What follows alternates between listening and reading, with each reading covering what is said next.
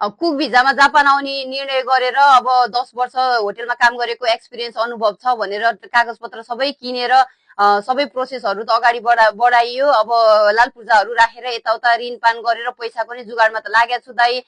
तर अब आफूसँग हातमा सिप भएको होइन, किनेको डकुमेन्ट अब कुकको केही पनि अहिलेसम्म गरेको केही एक्सपिरियन्स छैन। किनेको डकुमेन्टबाट अब आउन लागेको भोलिको दिनमा के कस्तो होला, कमाइ कस्तो होला, 12-15 लाख रुपियाँ लगानी गरेर आउँदाखेरि मनमा चाहिँ एकदमै धुकचुक लागिरहेछ दाइ।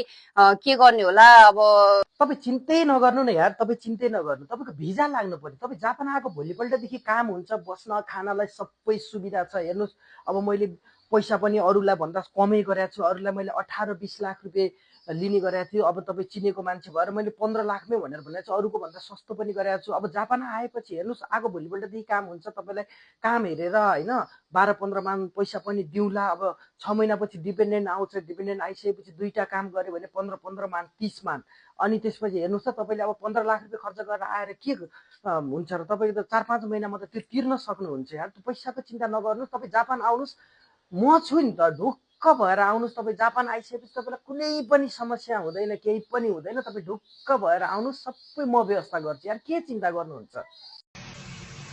ओहो, कस्तो मान्छे होला। पानी पनि कत्रो खोलेको हो, न भाँडा मान्नलाई चाँडै गर्नु, पानी मात्र खोलेर बसेको छ। के हातमा सह नभएको मान्छे रहेछ, न काम जाने छ, न खारे इन्डियन नेपाली रेस्टुरेन्टमा भनेर आएको छ, न नान हान्न जाने छ, न भाँडाकुँडाहरू खाँदा चुके गर्न जाने छ, न करीहरू बनाउन जाने छ। केही नजानेको मान्छे कस्तो मनसायले चाहिँ जापानको इन्डियन नेपाली रेस्टुरेन्टमा काम गर्छु भनेर आएको होला है। यस्तो मान्छेलाई म कति पालेर राख्न सक्नु? ए भगवान, गर्दैछु त सिक्दैछु। भर्खरै 1 हप्ता हुँदैछ आएको। अब पहिला पनि भनेकै हो मैले रेस्टुरेन्टमा काम गरेको मसँग क्षमता छैन, एक्सपिरियन्स छैन, मैले डकुमेन्ट बनाएर आउनु लागेको दाइ भनेर भने होइन र पहिला पनि।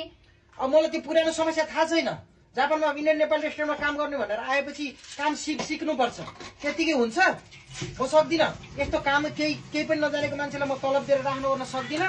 अब 1-2 महिना म यहाँ खाना बस्न चाहिँ दिउँला, निशुल्क खाना बस्न पाइन्छ। म तलब सलब दिन सक्दिनँ। 1-2 महिना पछाडि आफ्नो के गर्ने हो बाटो लगाउने। म केही गर्न सक्दिनँ यहाँनिर। त्यस्तो नभन्नुहोस् न दाइ। अनि तलबै दिनु भएन भने त अनि घरमा के पठाउने, अनि ब्याङ्कको ब्याजहरू कसरी तिर्ने त हामीले? त्यो व्यक्तिगत समस्या हो। त्यो समस्याको मलाई थाहा छैन। मैले जापान ल्याइदिएँ, मेरो काम पुरा भयो। अब यति हो। अब आफूले काम खोज्ने गर्ने मलाई थाहा छैन। अब यस्ता मान्छेहरू त म कति लिएर आउँछु। सबैको म जिम्मा लिएर बस्न सक्छु। अब अलिकति समय दिनु, सिक्दैछु म आफ्नो 100%। सिक्ने मान्छेले त 1 दिनमा सिक्छ।